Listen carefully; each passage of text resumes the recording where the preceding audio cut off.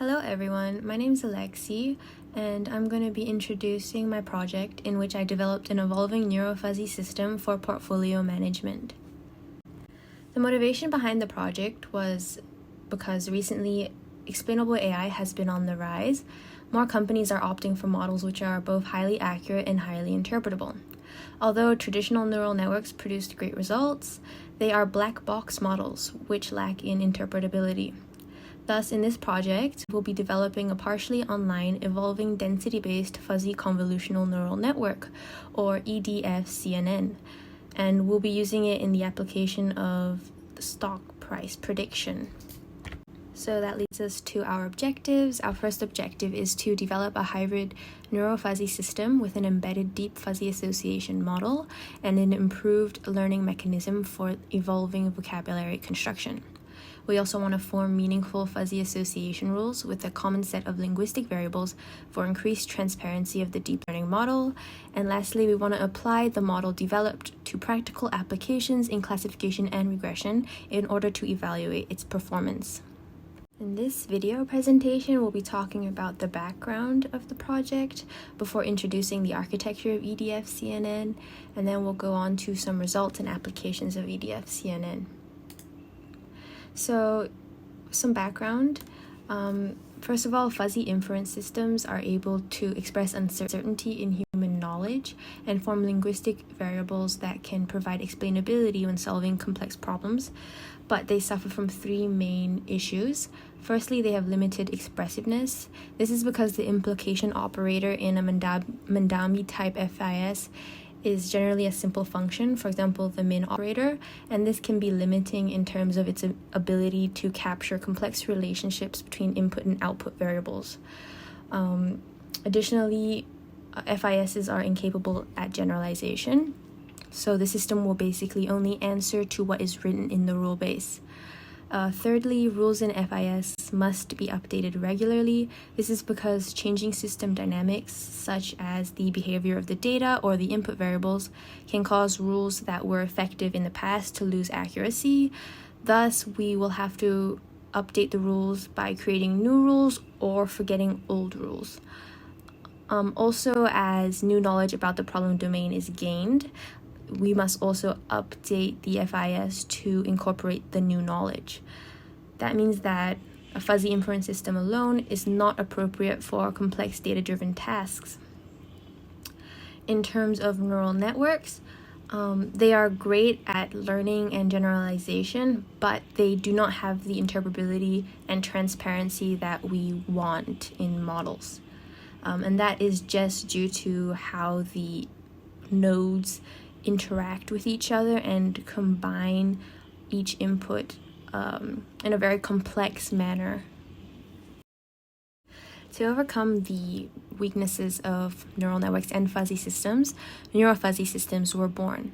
There are three main types of neurofuzzy systems: cooperative neurofuzzy systems, concurrent neurofuzzy systems, and hybrid neurofuzzy systems. Both cooperative and concurrent neurofuzzy systems have issues with interpretability due to the separation of the neural network and the fuzzy system. So in our case, we'll be considering the hybrid neurofuzzy system.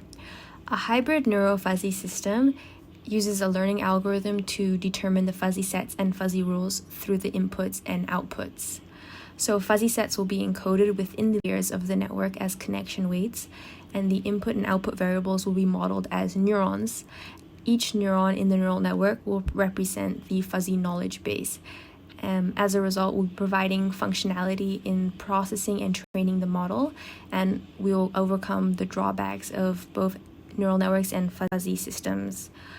So in our case, we'll be considering the fuzzy CNN architecture, which is based on the evolving fuzzy CNN or EF-CNN in the reference below.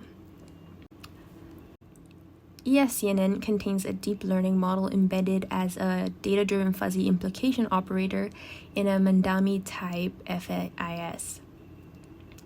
Both the neural network and the FIS will work together as an indivisible network to realize the deep fuzzy associations between the input and output variables.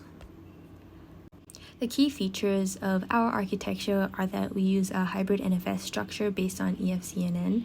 We'll be modifying the learning mechanism such that it's an evolving learning mechanism for vocabulary construction called DB-stream algorithm. We'll also be embedding a 5-layer feed-forward CNN to act as the fuzzy implication operator in our architecture. I'll just very quickly go through the architecture of our model. So layer 1 is the input layer, which will receive the input data x, and each xi in x will represent a linguistic variable such as the velocity in the closing price of yesterday, and we'll have a total of I features in the input data.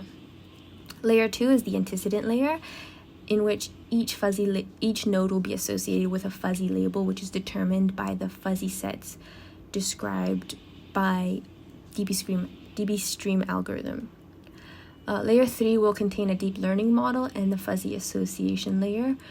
The deep learning model is a 5-layer CNN, which will just take in the matrix of membership values obtained from the antecedent nodes, and the fuzzy association layer will consist of Mandami-type fuzzy rules. Layer 4 is the consequent layer, which is similar to the antecedent layer, basically just contains the fuzzy labels. And layer 5 is the output layer, in which the outputs from layer 4 are converted to the crisp outputs through the COA method of defuzzification. Our learning mechanism is DB-stream clustering.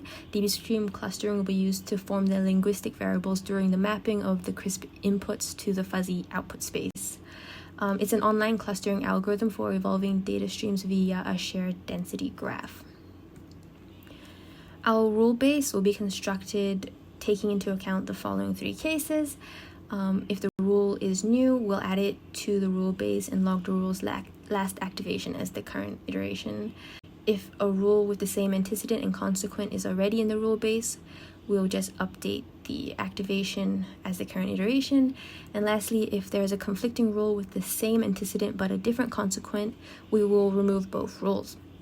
We also implement a forgetting factor, which is based on decay theory, in which it states that memory fades due to the mere passage of time.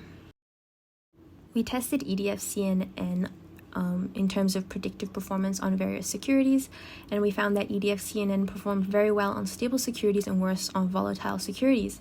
You can see that the volatile securities highlighted in red showed a great change in the beta value, and the beta value is basically a metric for volatility of a stock over time, and those with greater change in the volatility had worse performance. We also tested EDF-CNN on various market conditions, such as a bull market, bear market, volatile market, and catastrophic market. In terms of the results, EDF-CNN performed very well on bull, bear, and catastrophic market, but didn't do as well on a volatile market. This is similar to our findings of EDF-CNN on various securities. This is likely because the volatile markets can suffer from sudden concept drift, which EDF-CNN is not able to handle at this current time. We also took a look at EDF-CNN's rule formation ability. So here we can see that EDF-CNN was able to relate the velocity momentum of previous time steps to the time step that we were predicting. This will basically give us some transparency and interpretability of why EDF-CNN predicted as it did. We applied EDF-CNN to creating an improved financial indicator. In this application, EDF-CNN was able to improve on the vanilla MACD significantly in terms of R-square and RMSE. Our last application was EDF-CNN in portfolio rebalancing. You can see here that EDF-CNN was able to make a very significant profit over the traditional vanilla methods. So that's all I have for today. Thank you for listening.